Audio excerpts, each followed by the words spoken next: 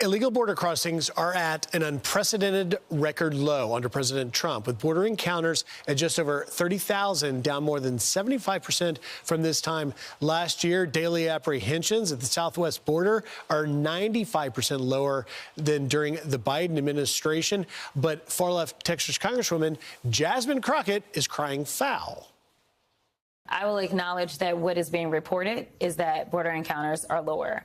I will also say that we know that this administration has not been the most honest when it comes to reporting numbers, as we know that there's now reporting that they've not been honest about the jobs numbers. What I can tell you is that he has invoked a very inhumane way of carrying out immigration. What I also can tell you is that he has not worked through the Congress, and that's what we need is comprehensive immigration reform.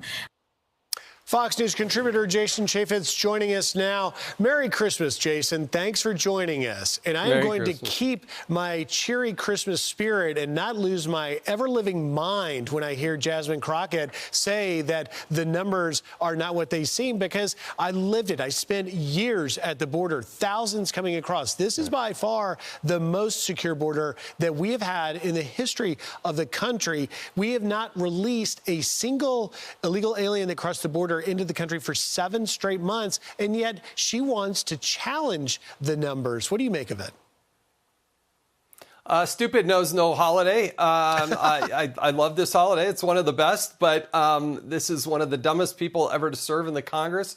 And to suggest that the numbers are anything other, she needs more proof of that. Of course, she doesn't have that. President Trump took the mandate from the American people, secured the border. It is more secure than it has ever been before, and he's going to continue to do it. Don't tell us that you need, comprehensive immigration reform. I was in the House of Representatives, and you know what? The Democrats had the House, the Senate, and the presidency. Did they even introduce a piece of legislation? No, they did not, let alone pass anything. So you can cry me those crocodile tears, but that is not the reality of what happened. And if she's got a bill, introduce it. But you know what? We got to lock down that border, get rid of the rewards and incentives, say no to amnesty. All of these things Donald Trump is doing. That's why he got elected. And that's why she's just going to be somebody on YouTube once upon a time. Nothing more.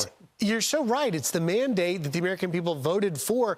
You know, on the one hand, Jason, it's offensive to the men and women in green of the Border Patrol that have secured and continue to keep this border secure, and the ICE agents, the men and women in blue in the interior, removing violent criminal aliens at a record pace. But then when she leans into comprehensive immigration reform, it takes us back to when the previous administration, President Biden, DHS Secretary Mayorkas, telling us that there's nothing to see here. There's no crisis at the border, while we watched it unfold right before our eyes in real time. And the President Biden saying that he couldn't do any more. There was nothing more he could do. He needed Congress to act. Turns out that was wrong. President Trump did it without any legislation.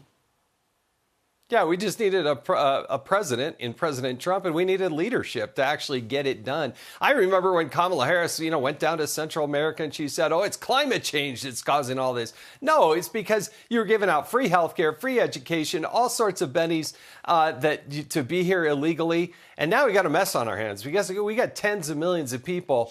It's still illegal to be here illegally. So you got to if you came here illegally, you gotta leave. That's what we call restitution in this country. And Democrats may not like, we need comprehensive immigration reform. No, we're going to enforce the current law in the books. Yeah. That's the law of the land.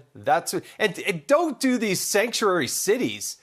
When you're protecting that party, the Democratic Party, and Jasmine Crockett helping to lead it, they do more to protect the perpetrators of crime than the victims of crime, and America knows that. It's crazy. She's going to have a hard time defending those comments. Meanwhile, I want to shift gears to your previous job in Congress, a committee that you used to oversee, the Oversight Committee, now expanding the probe into the Minnesota fraud.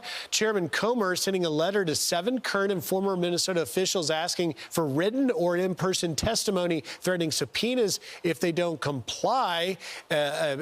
Governor Tim Walz's spokesperson firing back, calling it a coordinated attack to silence one of Trump's most effective critics. But yet we know an estimated $9 billion was stolen by scammers. Compare that to Somalia's GDP.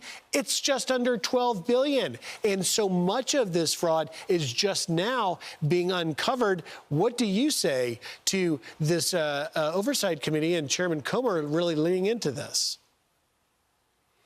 Listen closely to what the spokesperson said. It's President Trump and the House Republicans that are trying to silence one of the most...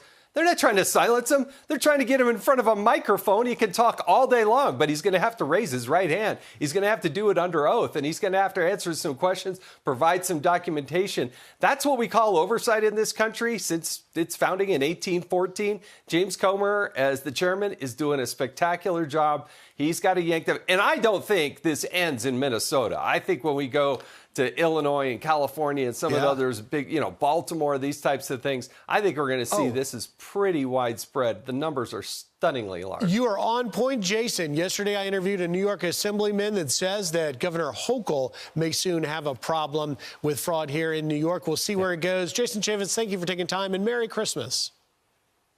Merry Christmas, Griff. Thank you. Hey, it's Will Kane. Click here to subscribe to the Fox News channel on YouTube. It's the best way to get our latest interviews and highlights. And click to subscribe to the Will Kane podcast for full episodes right now.